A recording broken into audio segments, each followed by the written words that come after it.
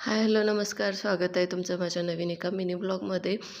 आज मी तुमच्याबरोबर चपातीच्या चिवड्याची recipe share करते. बरेच जण करत असाल. तुम्ही कशा पद्धतीनं बनवता मला सांगा. आपण जशी पोहे बनवतो त्या पद्धतीनंच हा चिवडा बनवते. तर 2 चपात्या इथं घेतलेल्या आहेत. कांदा, कोथिंबीर, हिरवी मिरची, कढीपत्ता, त्याचबरोबर आपले शेंगदाणे घेतलेले आहेत आणि चपाती मिक्सरला फिरवून घेतली. थोडंसं त्याच्यावरती पाणी मारायचं म्हणजे खाताना टोटरे बसत नाहीत. तर त्यासाठी थोडंसं काय केले, त्याच्यावरती पाण्याचा हबका मारला आहे आणि थोडीशी साखरसुद्धा त्याच्यावरती ॲड केली खूप छान लागते. अगदी चिमूटभर घालायची, पण चव खूप छान येते.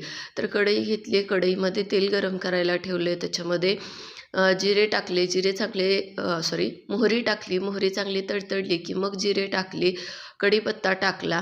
त्याचबरोबर आपली हिरवी मिरची घातलेली आहे.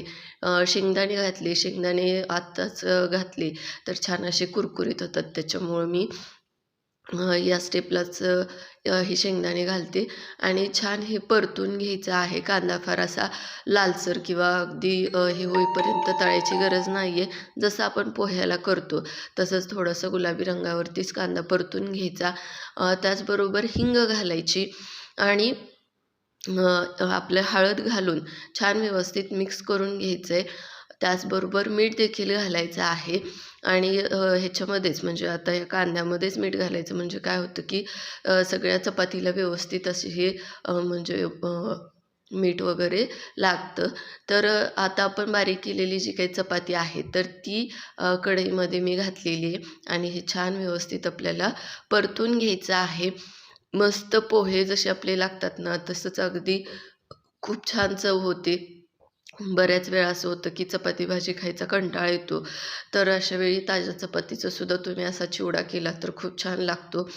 ही रेसिपी नक्की एकदा ट्राय करून बघा आणि चवसुद्धा खूप छान येते. त्याचबरोबर भाजीला काही नसेल आणि एकटंच खाणारा असो तर त्यावेळेस असं काहीतरी प्रयोग छान वाटतो. त्यानंतर वरून कोथिंबीर घातली आणि आणखी एकदा मिक्स करायचं आणि लगेचच गरम-गरमच खायला घ्यायचं आहे. थंड झाल्यानंतर त्याची चव बदलते. तर चपातीचा चिवडा तुम्ही बनवता का? तुमच्याकडे याला काय म्हणतात? ते सुद्धा मला कमेंट करून नक्की सांगा. आणि आजची ही छोटीशी माझी रेसिपी तुम्हाला कशी वाटली ते देखील सांगा.